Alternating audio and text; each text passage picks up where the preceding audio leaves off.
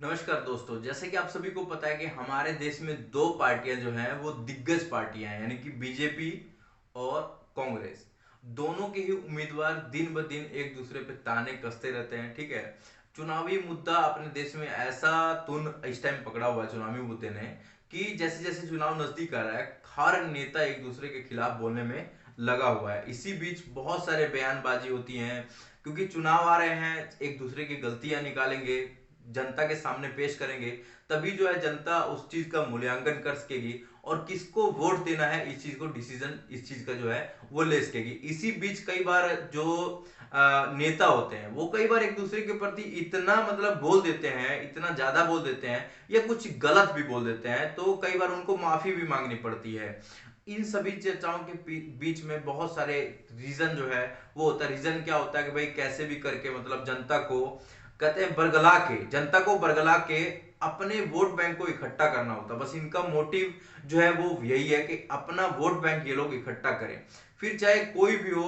जैसे कि मान लो पक्ष है विपक्ष है, ठीक है, अभी जो रूलिंग पार्टी है, पहले जिसने रूल किया वो पार्टी थी। हर टाइम यही होता है, जब रूलिंग पार्टी चेंज होती है तो क्या होता है, जो विपक्ष होता है वो बोलेगा ही, चाहे वो विपक्ष जो है वो ठीक कर रहा हो या गलत कर रहा हो। ठीक है, अब क्या हुआ कि पहले जो हमारे देश में पार्टी जो राज कर रही थी कांग्रेस, उसके बाद अभी दो प्लान से यहाँ पे बीजेपी है, तो कांग्रेस वाले ने बिल्कुल हाथ धो के कह सकते हैं हम लोग कि हाथ धो के बीजेपी के पीछे जो है वो लोग पड़े हुए हैं। ऐसे ही हुआ था जब कांग्रेस थी तो बीजेपी वाले पड़े थे। मतलब कहने का मतलब ये है कि एक दूसरे को ये लोग गलत साबित करके सिर्फ जनता की सहानुभूति जो है वो हासिल करते हैं कि कैसे न कैसे करके जनता जो है इनको अपना वोट दे, अपना कीमती वोट दे जनता।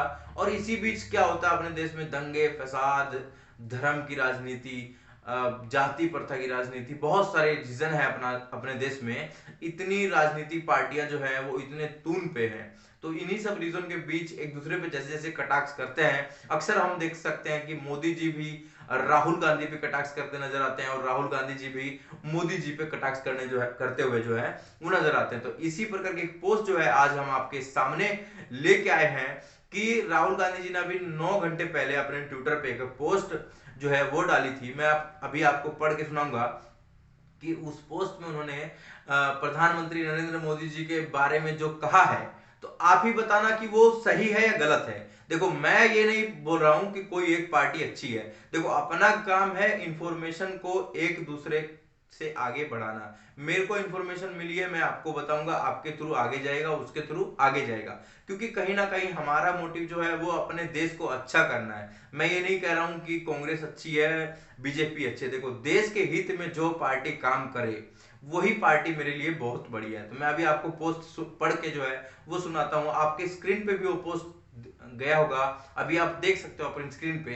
तो मैं आपको पढ़ भी देता हूँ, एक बार मैं मोबाइल खोल लूँ कि पढ़ के आपको सुनाता हूँ कि जो पोस्ट है ट्विटर पे जो उन्होंने पोस्ट किया है वो उन्होंने क्या किया है। तो आपको बता दूं कि राहुल गांधी जी ने अपने ऑफिशियल हैंडल राहुल गांधी के उस पे पोस्ट किया है ट्विटर पे। तो पोस्ट क्या किया है, उसमें वो पूछते हैं कि हवाई चप्पल वालों की हवाई जहाज की यात्रा का सपना दिखा, नरेंद्र मोदी गरीबों की सवारी रेलवे को भी उनसे दूर करते जा रहे हैं।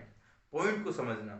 उसके बाद ये लिखते हैं कि हर साल 10% जो है किराया बढ़ता है, वो कहीं ना कहीं बात सही भी है। डायनामिक फेयर के नाम पर लूट, बढ़ते कलेक्शन चार्जेस और महंगे प्लेटफॉर्म टिकट के बीच लोगों को एक ऐसी एलिट ट्रेन की तस्वीर जो है वो दिखाकर बहलाया जा रहा है। कैसे? और जिस पर गरीब पांव तक नहीं रख सकता। यानी कि एक ऐसे ट्रेन के बारे में बोल रहे हैं कि ऐसे ट्रेन के बारे में गरीबों को, यानी कि जो गरीब था पहले रेल में यात्रा करता था, उसको हवाई जहाज का सपना दिखाया जा रहा है, और हवाई जहाज का सपना दिखा के उसके पैर से चप्पल भी छीन ली जा रही है। ठीक है, उसके बाद ये लिखते हैं क्या कि वरिष्ठ नागरिकों तक से उन्हें मिलने वाली छूट छीनकर पिछले 3 वर्षों में सरकार उनसे 3700 करोड़ की वसूली जो है वो कर चुकी है। तो आपको बता, आप ही लोग बताओ कि जो वरिष्ठ नागरिकों को जो छूट मिलती थी, क्या वो बंद हो गया? मेरे हिसाब से तो अभी बंद नहीं हुआ, क्योंकि अभी मैं रिसेंटली हरियाणा रोडवेज की बस में मैं सफर कर रहा था, तो वहां पे एक बुजुर्ग को छूट मिली थी। तो ये कहीं ना कहीं मेरे को गलत लगता है। बाकी आप सभी को पता होगा, आप सभी मुझे कमेंट में जरूर बताएं। आगे लिखते हैं कि प्रचार के लिए चुनी गई ट्रेन के लिए आम आदमी की ट्रेन को जहां तक खड़ा कर दिया जाता है, गरीब और मध्यवर्गीय यात्री रेलवे की प्राथमिकता से बाहर कर दिए गए हैं।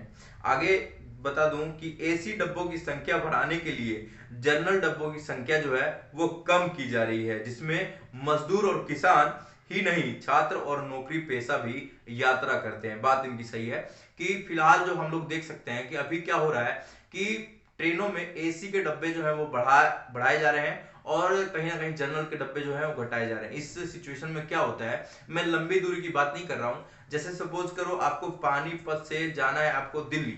अब पानीपत से दिल्ली जाने के लिए आप ट्रेन में रिजर्वेशन तो करवाने से रहे, तो उस सिचुएशन में क्या होता है, जैसे ट्रेन में जो है एसी डब्बे जो बढ़ गए हैं, एसी डब्बे का बढ़ने के कारण क्या हुआ कि जनरल की टिकट आप ले नहीं सकते हो, एसी में आपको टीटी बैठने नहीं देगा, बैठोगे तो आपको फाइन देना पड़ेगा। अब दिल्ली पानीपत से दिल्ली का किराया 80 रुपए, अब टीटी फाइन मारेंगे, टीटी साहब मारेंगे 500 रुपए। तो कहीं ना कहीं ये चीज तो गलत है, ये इन्होंने सही लिखी है। उसके बाद ये लिखते हैं कि दरअसल रेल बजट को अलग से पेश करने की परंपरा खत्म करना इन्हीं कारनामों को छिपाने की साजिश थी। आगे लिखते हैं कि सिर्फ अमीरों को ध्यान में रखकर बनाई जा रही रेलवे की नीतियां रेल पर निर्भर भारत की 80% आबादी के साथ धोखा है। मोदी पर भरोसा विश्वासघात की गारंटी।